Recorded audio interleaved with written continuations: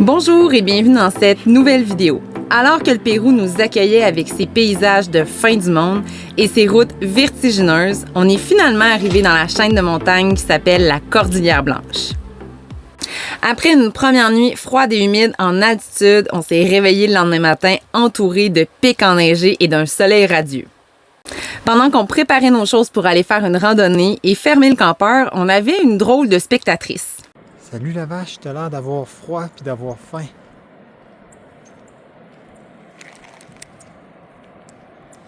C'est de l'avoine.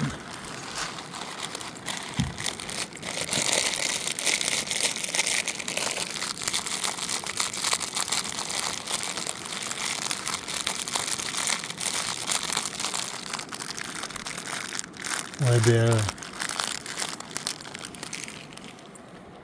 La vache, elle mange mon avoine. Cette nuit, il a plu, là, vraiment beaucoup. Il faisait froid, là. Il devait faire presque 0. Elle a tout le poil mouillé, la pauvre. Elle arrive toute seule de la montagne. Elle a du gelé, le bien raide. Elle mange mon avoine avec passion. On a donc quitté notre emplacement de camping improvisé pour aller se stationner au début de la randonnée. Bon, ben, de retour à l'entrée de la randonnée qu'on va faire à partir du lac Paronne. On va le dépasser pour on va aller jusqu'à la lagune. Et on s'est de nouveau stationné ici. Et on est chanceux parce que cette nuit, il a mouillé vraiment beaucoup. Il faisait 1 degré, 2 degrés. La fournaise marchait. On a trouvé comment. Donc, on a quand même bien dormi. Même si à 4100, mon sommeil à moi, en tout cas, Maggie a bien dormi, mais moi, mon sommeil est agité. Là, j'arrête pas de me réveiller. Puis, je dors mal. Mais sinon, le gène, ça allait bien. Mais bref, il a mouillé toute la nuit. Puis, finalement, quand on s'est réveillé, il faisait gros soleil. Puis on voit les montagnes qui sont autour de nous avec des gros pics à 6000 plus derrière. Donc je pense 6400 celui-là. Donc on est chanceux. Nous on s'en va dans le creux là, derrière. On va continuer, on va arriver au lac. Puis idéalement, si on est chanceux, on va avoir l'espèce de U de montagne dans le fond. Là, avec c'est des 5-6 000 d'altitude, 1000 mètres d'altitude. Donc, on est vraiment là, les chanceux, belle journée. Il fait 3 degrés en ce moment, mais avec le soleil, il doit faire 10. Là. On baigne dans la chaleur. C'est merveilleux. Là, il est tellement fort ce matin. C'est fou le soleil en montagne, à quel point ça tape. Là. Il fait tellement beau, on est chanceux. Hier, quand on est venu à la lagune, on voyait absolument rien. Et puis là, on voit les montagnes au fond. C'est magnifique. L'eau est tellement bleue, là.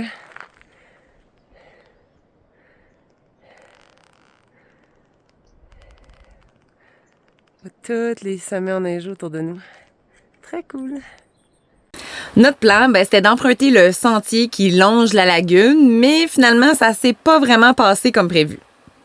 Donc, le chemin qui est juste à gauche, qui longeait la lagune, est fermé à cause d'un éboulis.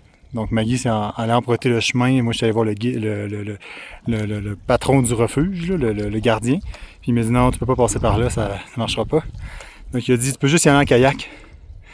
Donc on n'avait pas full envie de faire du kayak à 8h le matin pour se rendre là-bas. On va passer à marcher, mais finalement on s'est résolu parce que sinon pas moyen de se rendre au bout. Donc Maggie, la grande navigatrice en avant, va nous amener. Bon c'est pas vrai, j'ai le pagaie moi aussi. Mais on va se rendre jusqu'au bout, ça devrait prendre 45 minutes. Puis après ça, rendu dans le fond, on monte 500 mètres, puis on arrive à une lagune où il y a des glaciers dedans. C'est eux qui font toute la job.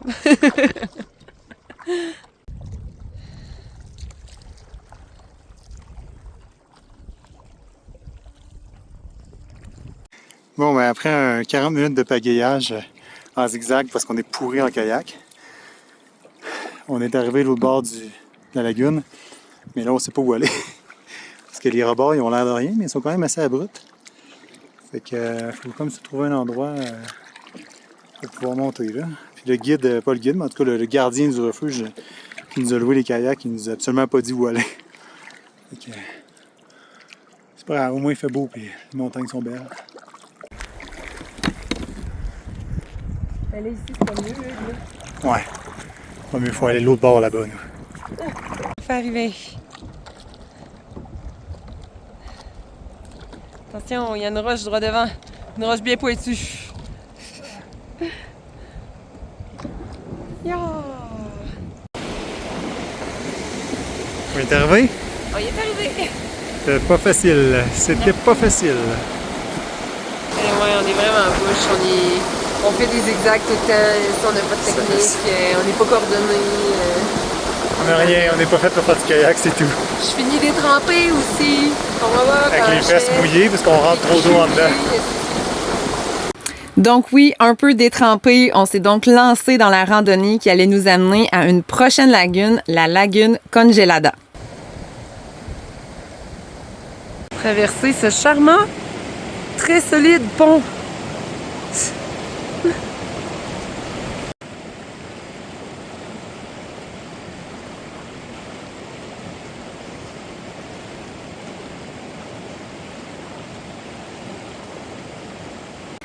Les paysages face à nous sont vraiment extraordinaires. Les montagnes enneigées, la rivière, c'est vraiment de toute beauté.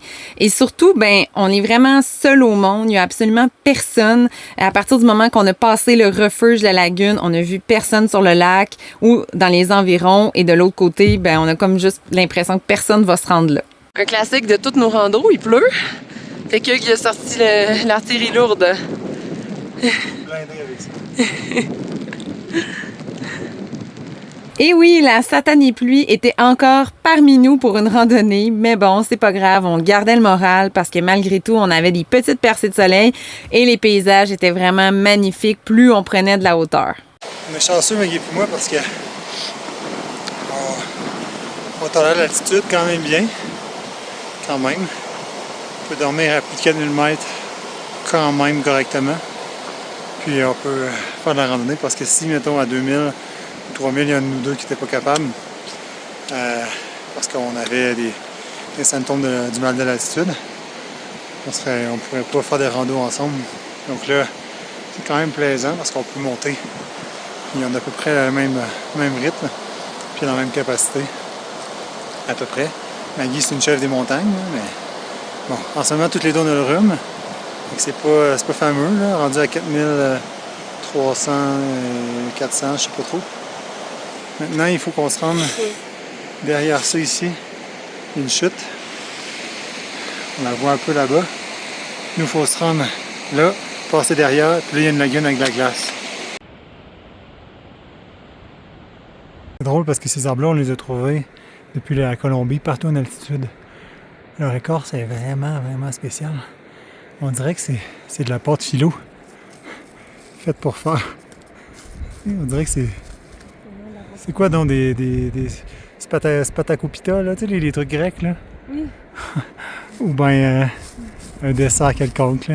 Mais c'est vraiment mince. C'est super léger. On a les deux sommets.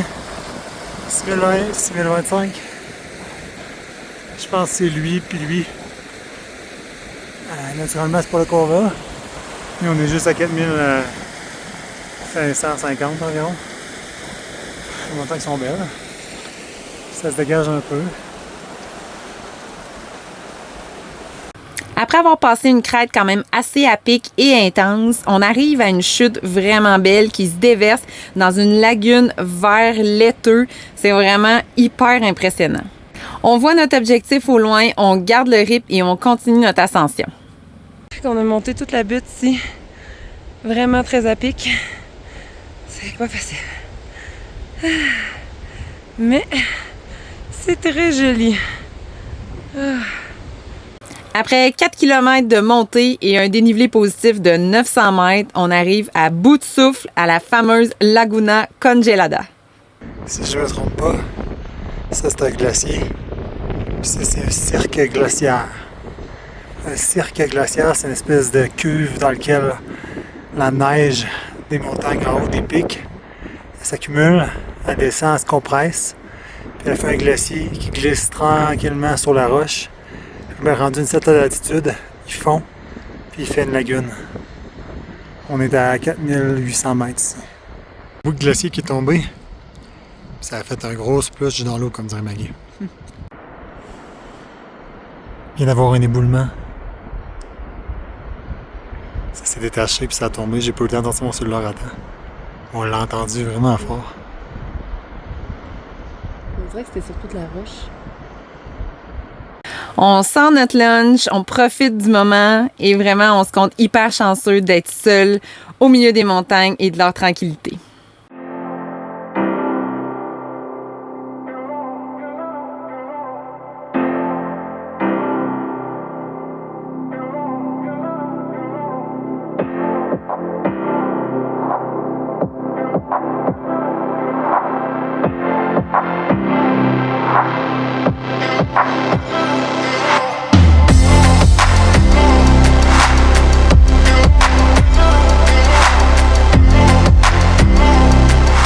C'est reparti, on recommence la descente parce qu'il faut être au refuge à 4 heures. Là, il est 1 heure.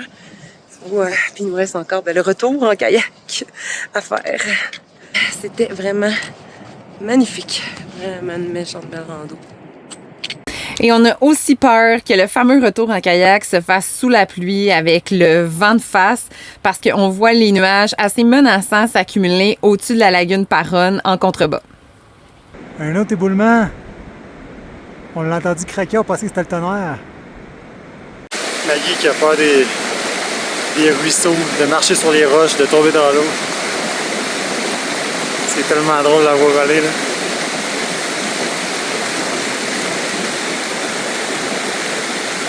Elle fait bien ça. Tantôt dans les roches, il y a près bon 5 minutes avant de se décider, là, mais c'est drôle le bébé. On a fini la portion rando. Et il nous reste la portion qu'on préfère, la portion kayak. Avec un bon vent de face, puis de la pluie imminente. Ça va être super le fun. Prêtez la bille. Bon, ben c'est parti pour beaucoup de bonheur. Aïe, aïe. On n'a malheureusement aucune image de ce retour qui a été, ma foi, très pénible. Naturellement, sous la pluie, avec un bon vent de face, ça a été très, très difficile. On était quand même fatigués aussi de la randonnée et de notre allée en kayak le matin. Donc, moi, j'avais plus de bras après ça. On était totalement détrempés et congelés. Fatigués et bien mouillés, on a redescendu en altitude. On voulait se trouver un camping officiel parmi la civilisation pour pouvoir se reposer. C'est trouvé un camping. Maggie fait du ménage parce qu'on vient d'arriver.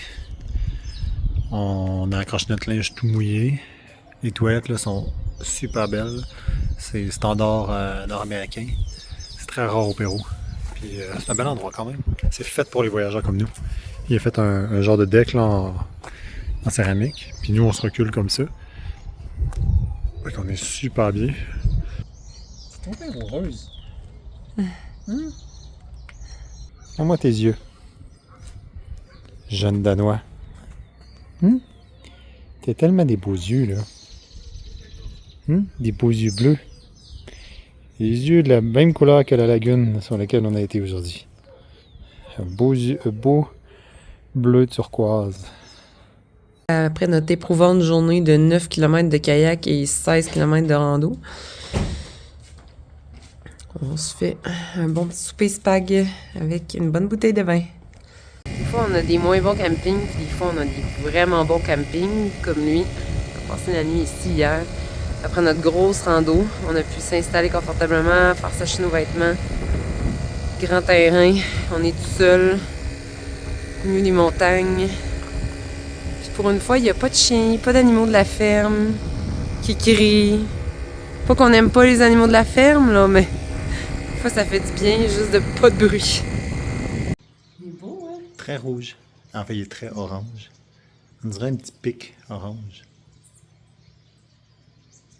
Le lendemain, on a pris ça relax, on s'est reposé au camping et on est parti en fin de journée, direction la ville de Huaraz. Huaraz, c'est la plus grosse ville de la région et ça sert aussi de hub central pour tous les départs de randonnée de la Cordillère Blanche. On voulait aller y prendre quelques informations sur les treks possibles dans la région et aussi aller se rééquiper en matériel de randonnée.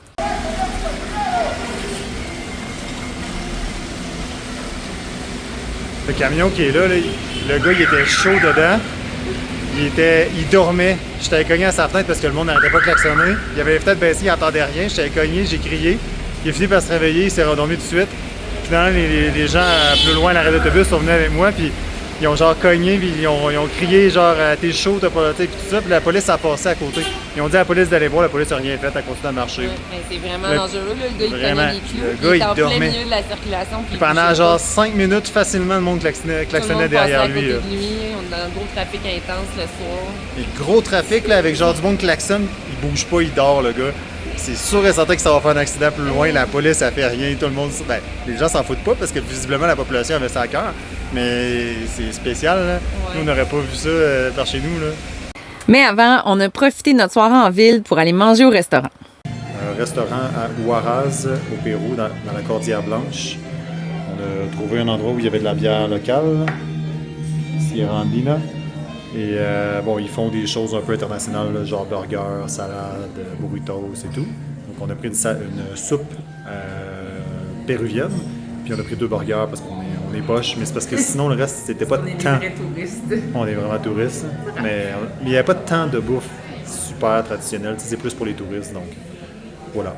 Mais bref, la bière... Pour la bière est vraiment bonne. Ouais, c'est ça, la bière est bonne, c'est à moi de goûter. Donc la soupe péruvienne, c'est ça. C'est beaucoup de légumes avec du quinoa. Où on en retrouvait, sinon, c'était en Équateur, mais on n'en avait pas vraiment vu en Colombie jusqu'à maintenant. Ben, jusqu'à maintenant, en fait. On n'a pas vu en Colombie, mais il y en avait en Équateur. Dans la ville de Huaraz aujourd'hui. On va faire des petites courses parce que il nous manque du stock. Il nous manque du stock pour aller faire des randos, disons, plus longues, sur plus d'une journée. On est quand même correct équipé en rando, mais tu sais, on n'a pas de brûleur, des choses comme ça. On peut pas se faire de la nourriture vraiment en randonnée, fait qu'on va aller acheter des choses. Il y a plein de magasins de traîneurs dans le coin. Et ce que je mentionne pas, c'est que aussi en réunissant notre matériel de camping qu'on a, genre notre tente, nos sacs de couchage, on s'est rendu compte qu'on avait oublié nos matelas de sol à Québec. Et Hugues et moi, on a des super bons matelas de sol, hyper légers, très compacts, qui sont faits pour les randonnées, justement, de plusieurs jours. On a donc magasiné à fort prix, parce qu'il faut le dire, Huaraz fait monter les prix vu que c'est vraiment une destination rando, mais quand même assez isolée dans le pays. Donc, ben, on a acheté des matelas de sol, un brûleur, aussi des vêtements pour la pluie, parce que bon, on était dans la saison des pluies au Pérou. Et tout ça avec l'intention de faire un trek sur plusieurs jours dans la Cordillère Blanche. On a profité d'être en ville pour aller faire aussi quelques achats au marché. Bon, ben, dans un autre marché.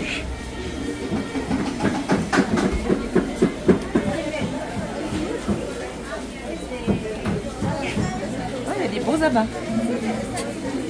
Oui, c'est vrai. C'est beau parce que derrière moi, on le voit pas bien, mais il y a plein de machines à coudre, puis il y a des personnes derrière chacune. Ils sont en train de dîner parce qu'il est 13h environ. Puis les dames étaient toutes prêtes à ce qu'on arrive avec un morceau de vêtement brisé, puis ils puissent le réparer. Donc c'est vraiment très cool. C'est un marché où tu peux arriver, tu mets ton vêtement, puis ben, c'est ça, ils font une bonne job. J'imagine qu'ils sont professionnels, ils doivent faire une bonne job. Je sais pas, j'aime ça, je trouve ça cool. Alors que la pluie laissait place au soleil dans les rues de Huaraz, on en a profité aussi pour aller découvrir la ville.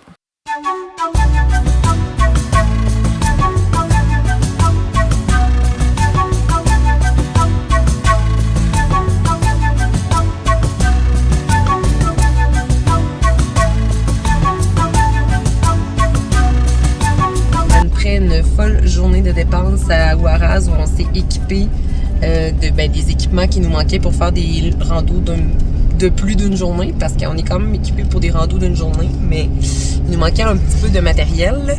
Là, on s'en va dormir dans un endroit qu'on a vu qui a l'air vraiment bien, sur le bord de la rivière, près des montagnes, parce que demain, on va aller passer à travers le tunnel Olympica, qui est le 2e plus haut tunnel au monde. Fait qu'on a bien hâte de voir ça. Fait que là, la route est vraiment en zigzag. Mais ouais, fait que à suivre.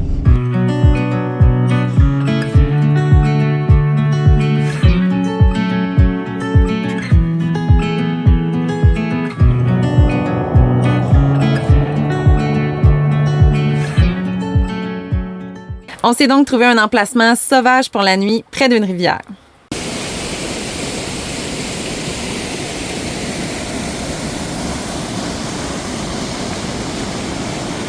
Le lendemain, le réveil était pas facile de mon côté. Bon ben, Maggie a mal dormi parce que quand on dort près d'une rivière, c'est trop bruyant, puis ça la dérange un peu. Moi, j'ai bien dormi. Je me suis couché à 9h30. C'est rare que je fais ça, donc j'ai bien dormi. On voulait se lever tôt pour aller faire une petite randonnée avant d'aller voir le tunnel là, qui est le deuxième plus haut au monde. Et donc, quand on s'est réveillé à 6 heures, il y avait la grosse pluie encore. On voit qu'il y a beaucoup de nuages. On est à la hauteur des nuages aussi. Puis finalement, j'ai remis le cadran 1h30 plus tard. Et oui, cette journée-là, je filais plus pour rester couché dans le campeur à faire du Netflix que d'aller faire une randonnée. Même si Maggie n'est pas en forme et elle voulait pas trop, mais là, il s'est mis à faire soleil. Donc, on s'est stationné sur le bord de la route où on était hier. Et là, on va entreprendre la randonnée qui passe ici sur le pont, qui s'en va là-bas, qui monte en zigzag. Puis on s'en va, puis il y a une lagune. Il y a de la neige, ça va être super beau. L'objectif, c'est de voir qu'est-ce qu'il y a là-bas. Parce que d'en haut, en arrière, on va voir le Huascarán, qui est la plus haute montagne du Pérou. Mais oui, le beau temps m'a convaincu, alors c'était parti pour une autre randonnée vers une autre lagune.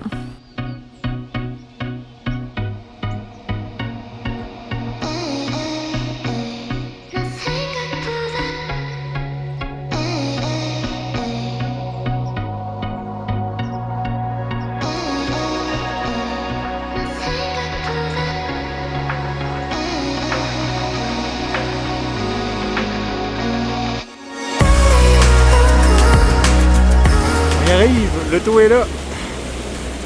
Puis le Huascarán est là. La neige, elle a l'air tellement peu. Là. Le Pérou, c'est pollué. Là. Même dans les endroits perdus, là, il y a des cochonneries. Là. Je comprends pas. Nous, on a vu une vieille génératrice effoirée dans la montagne là-bas. Pourquoi? Je comprends pas. Elle s'est mis le pied jusqu'au tibia dans l'eau. Elle avait un pied. Elle avait 12 pouces à traverser. Elle a trouvé le moyen de se mettre le pied dans l'eau. Elle dit la roche est bougée. Et oui, je ne sais pas comment j'ai fait mon compte, mais j'ai traversé ce mini ruisseau et j'ai réussi à mettre un pied entier dans l'eau. Ça partait plutôt mal, la randonnée. Bon, j'ai un super arrangement parce qu'il y a comme une attardée mentale. J'ai traversé une rivière, puis calice, la roche, elle a basculé sur mon pied, puis je me suis trempée de pied dans la rivière, direct, au complet. Fait que Hugues m'a fait un bel arrangement peau de bébé, sac Ziploc, avec mon bas mouillé par-dessus. On va voir si ça va toffer la journée. On vient d'assister à la naissance d'un veau.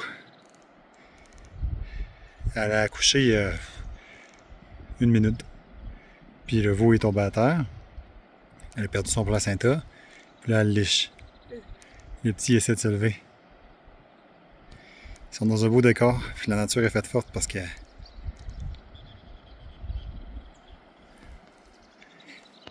c'est à 4000 mètres en bas. Nous, on est à 4100, mettons.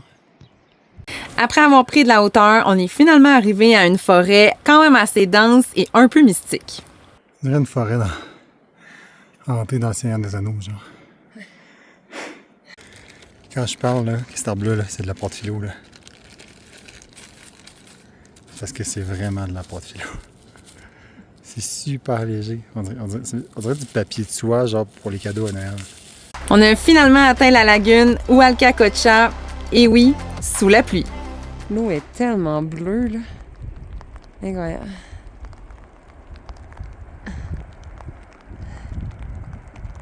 On entend la glace craquer. Faiblement, on l'entend. Naturellement, on arrive en haut, puis il pleut. C'est notre donation. On est comme sur un barrage qui mène sur la vallée plus bas où notre voiture est stationnée. On est monté ici pour voir le Huascarán. Oh, les vaches aussi viennent ici. On est monté pour voir le Huascarán qui est comme ça. Grosse pyramide d'un gros monsieur. Une grosse madame, encore une fois. Mais naturellement, il y a une chance légendaire. Et moi, oui. On a ensuite commencé la descente. Le terrain, je tiens à le dire, de cette randonnée-là était quand même assez facile, assez dégagé. C'était pas trop à pic non plus. Mais je sais pas comment j'ai fait mon compte. On descendait quand même avec un bon rythme, presque un pas de course. Et malheureusement, j'ai mis mon pied de travers sur une roche et ma cheville a tourné, mais très fort. Genre, ça l'a fait un bon crouch. Heureusement, après quelques minutes assises, je suis capable de me remettre debout et mettre du poids sur mon pied. On peut continuer à descendre, ça va. J'ai quand même des élancements dans la cheville, mais je fais attention et ça va quand même assez bien. On rembarque donc dans l'auto, direction notre prochain objectif pour la journée, le Passo Olimpica, c'est-à-dire le 2e plus haut tunnel au monde avec ses 4736 mètres d'altitude. Ce matin, nous, on est allé se stationner là-bas. On a monté dans la montagne, mon gros doigt, on voit jamais rien. On est allé monter dans la montagne qui est là pour aller voir la lagune. C'était super beau, puis naturellement, on n'a pas vu le Huascarán. Puis là, ben, qu'est-ce qu'on a en montant dans la montagne? Parce que là, on est en train de monter pour aller voir le tunnel, là, qui est le 2e plus haut au monde, qui est en haut à quelque part perdu dans ça. Mais qu'est-ce qu'on a quand même? Badaboum! Il est-tu gros de bord? Sur la route, malgré les nuages, on est vraiment ébloui par les sommets enneigés qui nous entourent. Bon, ben le 2e plus haut tunnel au monde à 4736 mètres. Le plus haut étant au Tibet. Mais quand même. Par les Chinois qui ont compris par la force le Tibet. On y va! C'est parti!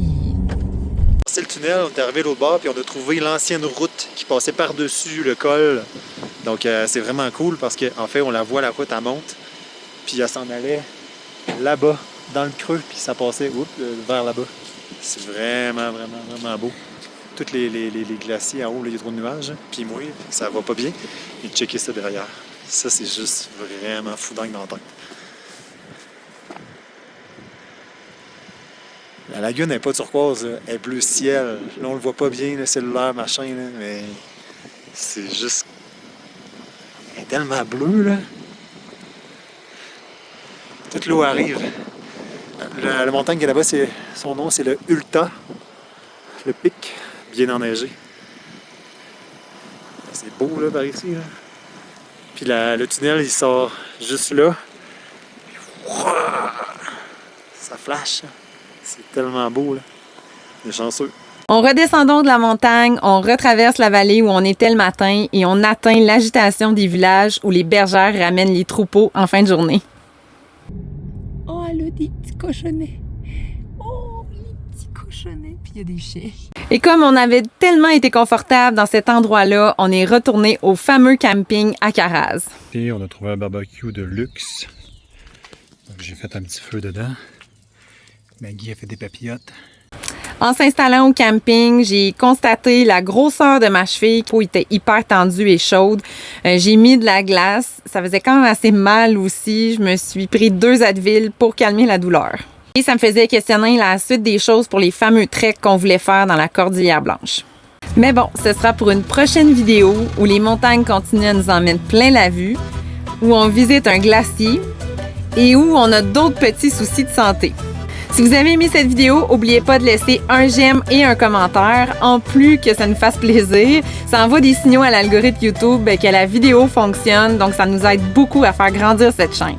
Merci beaucoup. Bye!